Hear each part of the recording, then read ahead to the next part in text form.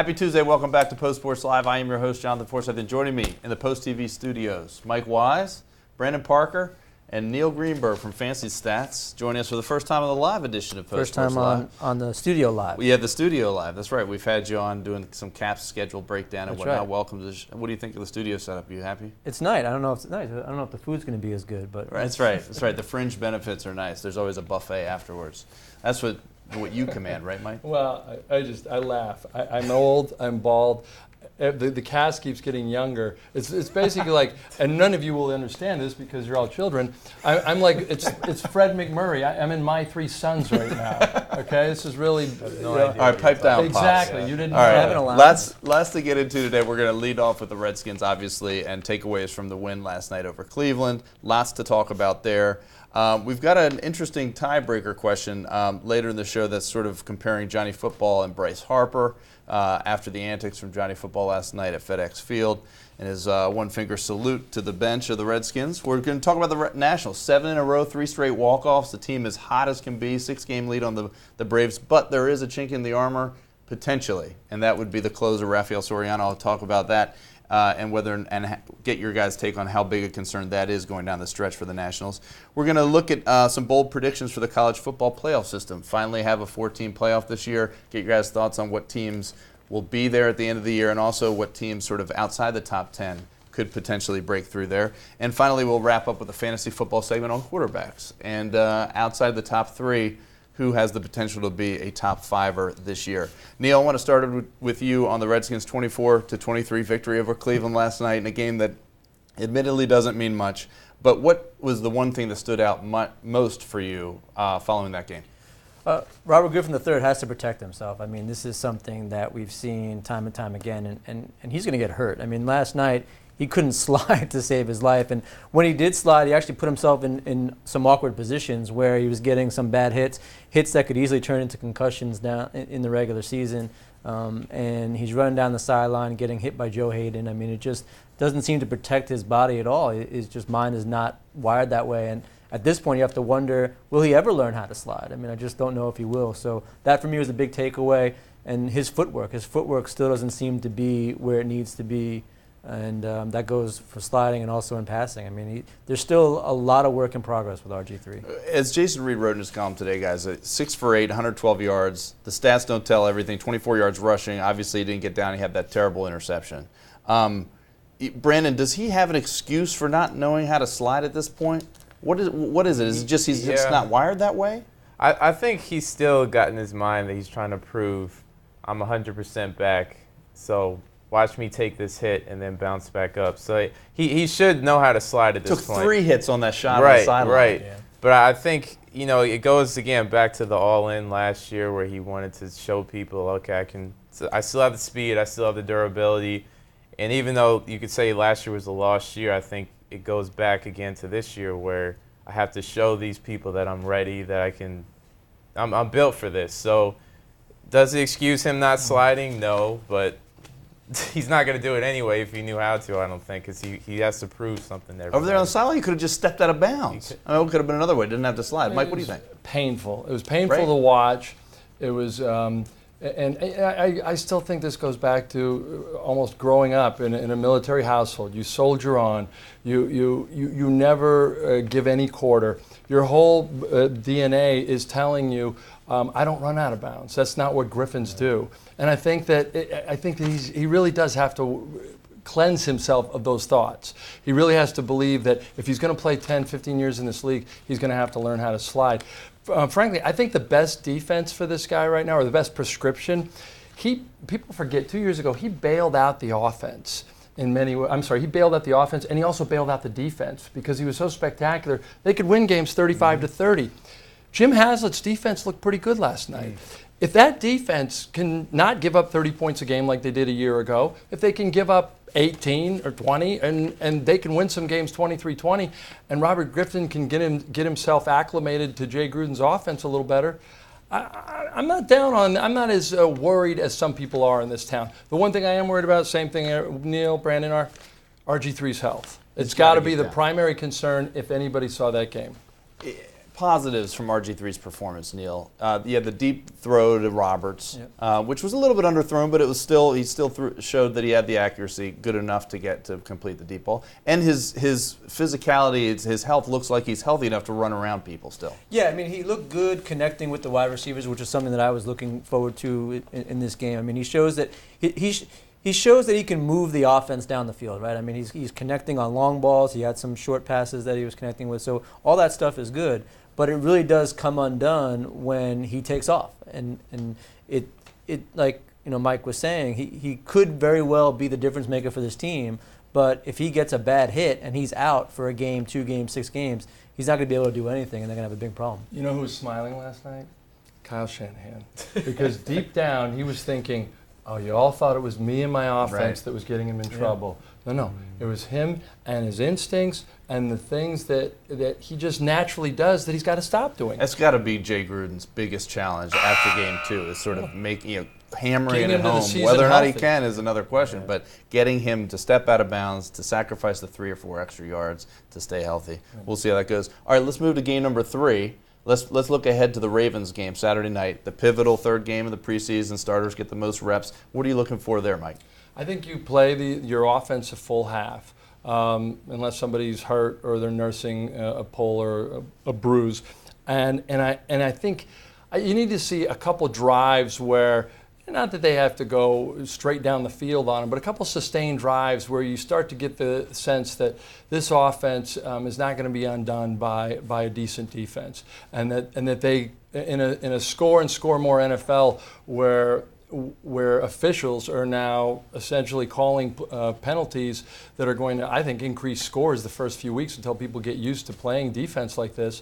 I really feel like that offense needs to move. Brandon, what are you looking for game 3? My focus, even though the defense has looked good, I still want to see what the secondary can do against probably be the best receivers they've faced with Steve Smith and Torrey Smith. So what, that pretty much, like you said, when they allowed 30 points last year, a lot of that was through the air, just guys making mental mistakes. So now that you have the leadership with Clark and Merriweather, and then Thomas and Rambo are starting to look pretty good. Again, now they'll be challenged for the first time. What would they look like on that stage? And the 4th-round pick, Rashad Breeland, made some plays last night, and we'll see how he could fit into the equation in the secondary. Neil, what about you in the Ravens game? Looking to see how the running game does. I mean, Robert Griffin III was going down the field. Alfred Morris has a fumble. They're at the goal line. Alfred Morris can't get it in there. I mean, this is going to be an offense that is going to incorporate the running backs into the passing game. I think Alfred Morris needs to show that he can be a part of that, and I don't think he did last night, and neither did Roy Halou. I mean, Halou, who I think would be a good fit for Jay Gruden's passing style offense coming out of the backfield, hasn't really shown an ability to kind of take those snaps away from Morris. So looking to see how that comes together and see how much better they can do against. I mean, Baltimore's defense is better than Cleveland, so I'm curious to see how the running game does against. You mentioned the running back situation, and that brings up sort of if you're looking at a specific position and battles for depth chart sort of stuff, I think a lot of the positions on offense, at least starting wise, are pretty set. But backups to the running back is one of those positions. You look at Royce or you look at Halou, who's going to get that 2nd and 3rd running back position? C-Strunk even, Silas Red. Yeah, so I mean, what's going to, are there other positions on both sides of the ball that you guys are specifically looking at? I mean, I'm looking to see what happens with Santana Moss. I mean, I'm really curious to see where he fits in the wide receiver core. I mean, this wide receiver core is as deep as we've ever seen in quite a long time. So I'm curious to see where he shakes out. He's got to make the team. You're not going to cut Tana. They're not going to. I don't think so. You can't cut Tana. We'll see. I mean, where are you going to put him? How many snaps are you going to give him? Where do you put him in community relations? It's Tana. Ambassador. He got 2 touchdowns against the Cowboys at Texas Stadium in the final I get it. You're not going to cut Santana Moss. I am not going to, but I can see it happening. I mean, that's just pretty easy. God, that's there. Would you any other positions how do you quickly? Incorporate him as the question? Because Ryan Grant, I really like him as a receiver. He's continued to, touchdown. He's make him your backup return guy. Exactly. Yeah, exactly. He's got the punt return. He can catch. That's true. Anyway. All right. That sort of fizzled out. All right, that's good. It was right on the mark anyway. All right, guys, I want to ask this question, and Mike, I'm going to start with you. After Johnny Football's antics last night, obviously a lot of attention and hype around this guy. He has only played 2 NFL games and not even full games yet. So that is all granted and noted here. But after he flipped off, the Redskins sideline last night during the Monday Night Football broadcast, the question is Johnny Football the Bryce Harper of the NFL? Well, I think it's unfair a little bit, and I owe Bryce Harper an apology. I went off on him last week. He's not a punk. Johnny Manziel is a punk. He may be clear. He may be Satan, and I'm not kidding. And Harper's never flipped off the opposing team. To be fair. Another thing is Harper, because of his Mormon faith, he doesn't drink. Johnny Manziel would have a long neck by his locker if they let him. Okay, so Manziel he will be this guy in the NFL. He will be coddled like Dennis Rodman was in the NBA, and he'll think like, oh, say something crazy, Johnny. Say, oh, we'll make us laugh at the press conference. And when it's all said and done, he'll wonder why his antics cost him his career. Bryce Harper, the only problem with Bryce Harper is he needs to do a little bit more offensively if he's going to have that kind of he's got to be remembered more for his on-field production more than some of his biggest thing is he's so insecure. He reads everything anybody wrote. I mean, you love this anecdote. I go to the game the other night, and I hadn't talked to him all season, and I wrote a critical column about him, but I figured, what the heck? I said, how you doing? He said, all right. And he goes, worried about getting traded. And I'm like, what? And I go, at least you're reading. And I go, does he think I wrote a column that he should be traded? And it turns out, I think either Scott Allen or Steinberg posted a thing about a major league scout saying, anonymous scout saying, was it you? So no, and so he comes back, and I think James Wagner says, no, he goes, that was on our blog, but it wasn't done by us. And he's like, oh, my bad, dude. And I'm like, well, thanks, but I've written some really lousy things about you. So, but at any rate, he was obsessed, and Scott Boras, his agent, had sent him a text like, don't talk to this guy. I think it was Steinberg's head. And of all the times that he's gotten mistaken for me, I finally got mistaken for him. At the end, Steinberg sighting in the Nats locker room. All right, Brandon, what do you think? Is that an unfair comparison? I mean, you definitely have the aura and potential to do something dumb with those two because they just have a lot of flair. They're young guys. But I don't know. I think the cure for anything is winning. Right. When you win, people say, okay, you can do whatever you want to do as long as you come to the field and you're ready to play. But I think Johnny Football, I don't like calling that. Johnny Manziel, he's got to do something first. I think people forget at the end of the day that's not something. But we're in the NFL, Nate. That's what I was about to say. Right. He hasn't done anything. All right, fair. Like we saw last night, at least I saw, he's still with the Cleveland Browns. Right. Like this isn't college anymore. It's another level, but you're still on the Cleveland Browns. Like you're not. I don't see him having a really good rookie season, to be honest. Like who's around him? At least when Harper came to the league, he had Strasburg, he had Zimmerman. Like there's, I don't know. I'm not too high on him. All right, give me your take, Neil. We'll add a minute to the time. So you have some time to respond. I think it's a little bit unfair. I think Harper has a better chance of crashing into the opponent's bench and hurting himself than flipping them off. I mean, that's just kind of the way that it goes. So Manziel, you saw how immature Manziel is with that gesture, and quite frankly, I think it's probably going to do worse for him going forward than it did anything to help him or anything to kind of get him to be more macho or whatever, because there's a lot of trash talk in the NFL, and if they know it gets to him, whatever was happening on the sidelines, that's not going to happen on the line of scrimmage. I mean, that's going to happen when the play is blown dead. I mean, it is going to be now way worse because they know if they can get in his head just with a little trash talk, they're going to knock him off his game before he even gets the snap. It's better than any of the film that you watch on him as a player. Yep. If you can crawl under this guy's skin psychologically, it's over. It's over. But that's a common thread with Harper. Harper's one of the most booed players, at least in Atlanta. Yeah, but that's just booing, right? I mean, that's and he's not the signal caller for the Nationals either. And there's more of a one-on-one matchup in baseball. I mean, at the quarterback position, the wheels on the you can hide Bryce Harper. If Johnny Manziel's on the field, you can't hide him. So lots of common threads there, but it's an interesting thing to especially in the wake of what Bryce did on the A in Atlanta, what was the small issue that was made of that we all blew up because it was a non-issue anyway, right, Kellen? Yeah. All right, that was for you, Kellen. All right. Let's move on, guys, to the Nationals. Who's Kellen? I've never heard of him. That's one of our producers in the back. All right. The team's won 7 in a row, guys. 3 walk-offs. I mean, they still only have a 6-game lead because the Braves are starting to win again. But 6-game lead is one of the biggest in the majors right now in the division. But the question here is Rafael Soriano. He's blown 3 saves since the All-Star break. Neil, how big of a concern is Soriano's recent play as you look toward the stretch with this team? It's not a concern. I mean, we're talking about a guy that's one of the best closers in baseball. His last couple starts notwithstanding. Right. I mean, he's lost his fastball. They're hitting about 420 on his fastball in August versus they were under 200 in leading up to that. So something went wrong with his fastball along the way.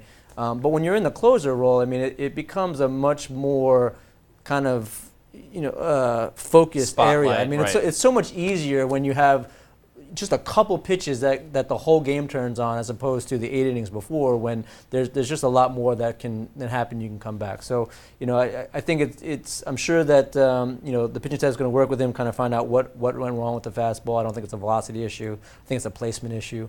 But I wouldn't be concerned with it. Thank you, Steve McCaddy. Brandon, Matt Williams has said he could potentially reshuffle the bullpen so that Soriano could pitch in less pressure-packed situations. I mean, is that a vote of confidence or not? I think it's just a way to answer the question without. I mean, he reiterated his support as their closer, so that should be said and stated. But to sort of reshuffle things is just sort of an interesting. Way to go about I mean, anything's possible, but that probably wouldn't be the best because you want to.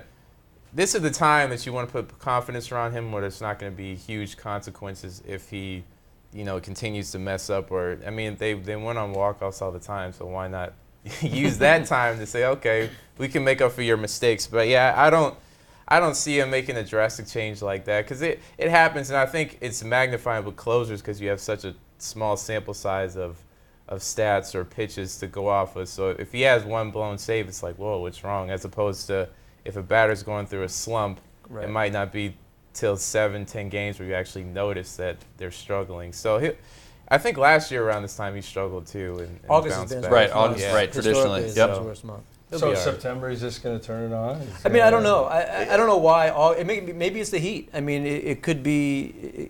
Who knows? But it's the long part of the dog days. That's why they call it the dog days. Look, I don't disagree with you, but when you see it time and time again, his August is always his worst month in terms of ERA and all that other stuff.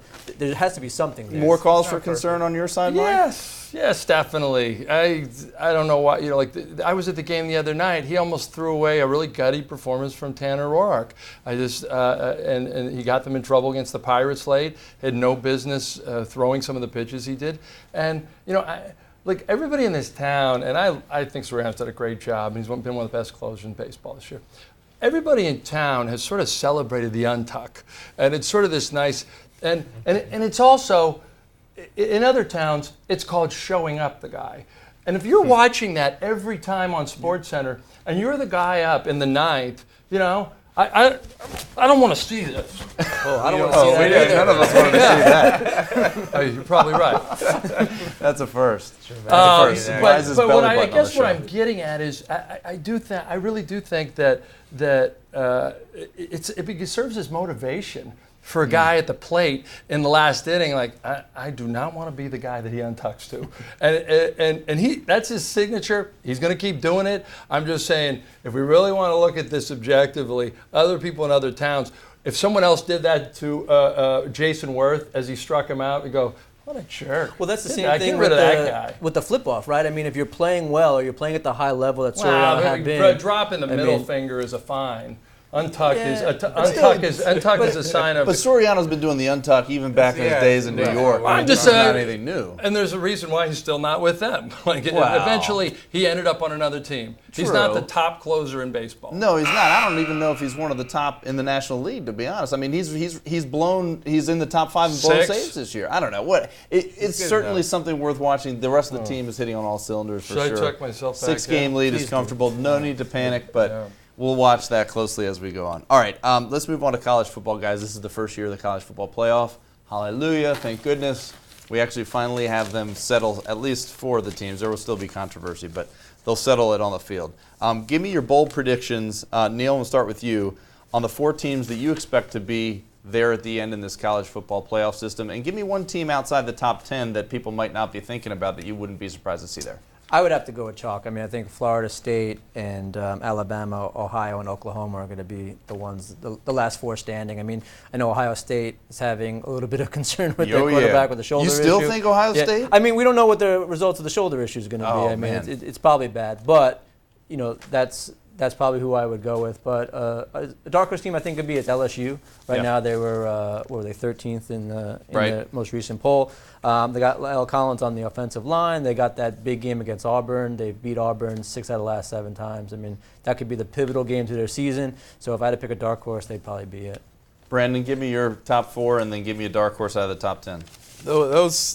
I'm tempted to go chalk like you, but it never happens that way. So Florida State, obviously, Alabama just because they're Alabama. But I'm going to go Michigan State because, especially now with Ohio State concerns with Braxton Miller. But Connor Cook, I feel like he's one of those guys that's getting better every year. And they were kind of underrated, overlooked last year. I think they went undefeated or almost undefeated in the Big Ten and then won their bowl game. So I like them. And also like UCLA, who's got another quarterback, Brett Hundley, that is always improving each year. Heisman candidate. And also Miles Jack is one of those rare two-way players in college that really does well. So I go with those 4, and my sleeper would be Georgia.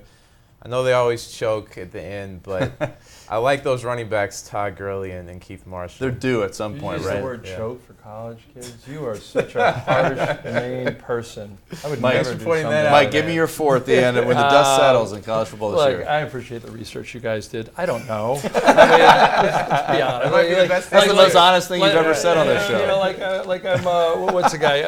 I'm Lee Corso now. Okay, stop already. I will say this: Nick Saban is. It bothers me to no end. There's something about him. He came out of the womb as an annoying gnat. I don't want to see him win. I think he'll be there because I'll get to root against him. Jameis Winston, former Heisman winner. How can you bet against that Florida State team?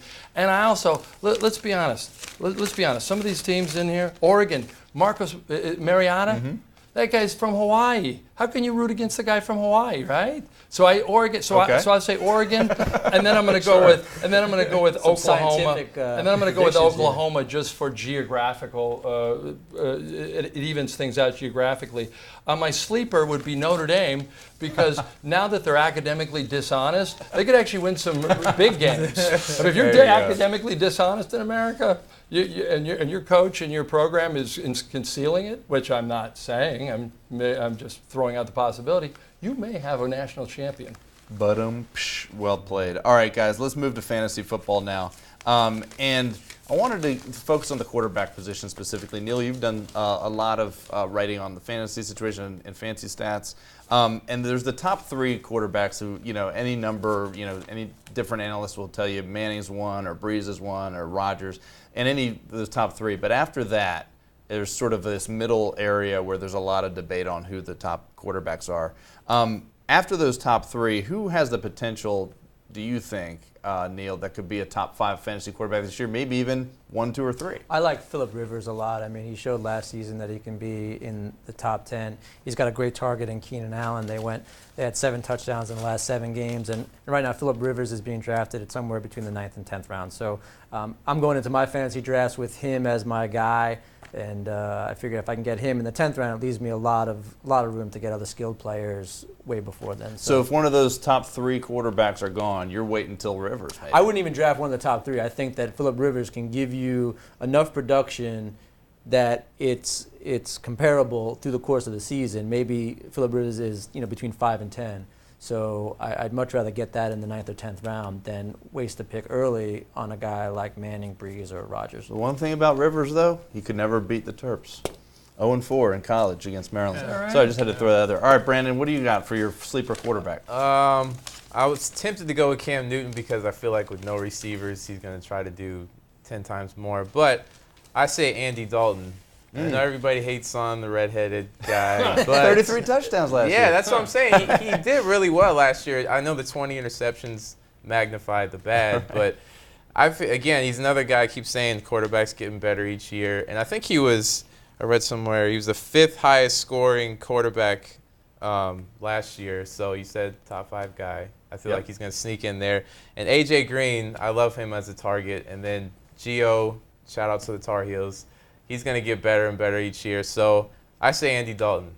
All right, well, he's missing his offensive coordinator, though, this year. He'll be all right. Yeah, all right. He does have one of the top targets, A.J. Green, no doubt. Mike, what research did you put into this segment? I didn't. I just sent Shane a name. I can't even remember. Can she tell it in your ear? Jay Cutler. I know. I'm kidding. Kirk Cousins. No. Jay Cutler is one of these guys that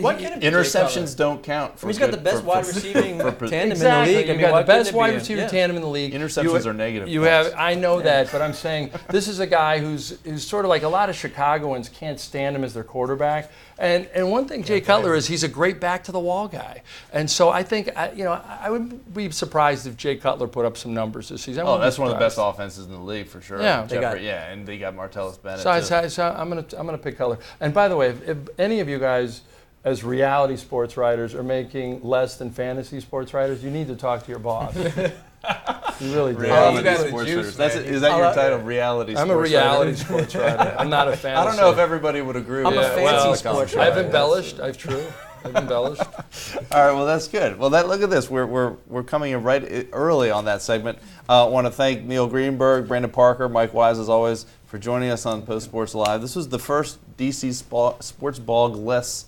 PSL, I think, in a long time. And actually, we were on time. A lot more humor, a little less misery. And more knowledge. I want to say the level of knowledge. Level of knowledge might have been a little higher. I don't know. Dan, I'm sure you're watching out there somewhere. Scott, you know what I like we'll see you next week. His voice still cracks like he's an adolescent. I love that.